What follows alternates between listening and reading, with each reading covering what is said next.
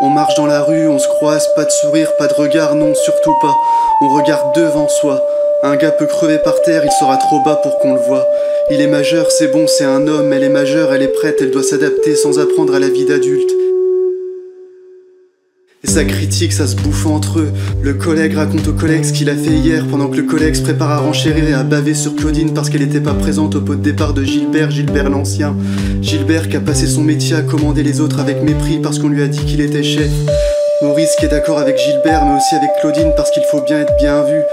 Et ce collègue qui crache sur l'autre et l'autre qui en fait de même avec lui, et lui qui affirme que le président est un con, qui a toujours pas compris que le monde est gouverné par les banques et la bourgeoisie.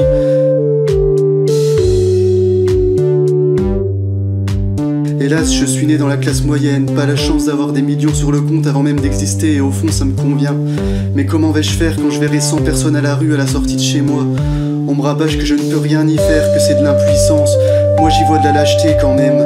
Bien sûr, on ne peut pas sortir des pièces à chaque passant qui n'a plus le droit à l'alimentation, ça marche pas comme ça.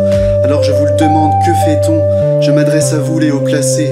On peut faire du bénévolat, on peut donner de notre temps, mais ça ne suffira jamais car le problème se situe ailleurs. Au fond, je suis sûr qu'il y a du bon dans chacun de nous, nous ne sommes pas de mauvaises graines. Mais ce soir, j'ai décidé d'être un lâche, juste pour une évasion. Je m'en vais au loin, je quitte les pays occidentaux avec un peu d'argent, car on va pas se mentir, on n'est rien sans. On va pas se mentir, on n'est rien sans. Et puis je décide de tout jeter finalement et de me mettre à nu. Je m'imagine dans un lieu que tu dois t'imaginer. Pense à quelque chose qui te ferait plaisir là sur l'instant. Repense à la première fois que tu es tombé amoureux, tu sens comme ça prend aux tripes. Maintenant pense à une période dans ta vie que tu souhaiterais revivre. Moi je fonce dans l'enfance, quand il n'y avait à s'occuper que de l'imagination, quand il n'y avait pas à prendre de décision. Aux copains, à la récré, écrire la nuit rend nostalgique et la journée nous sommes des êtres cruels et sans pitié. Qu'adviendra-t-il?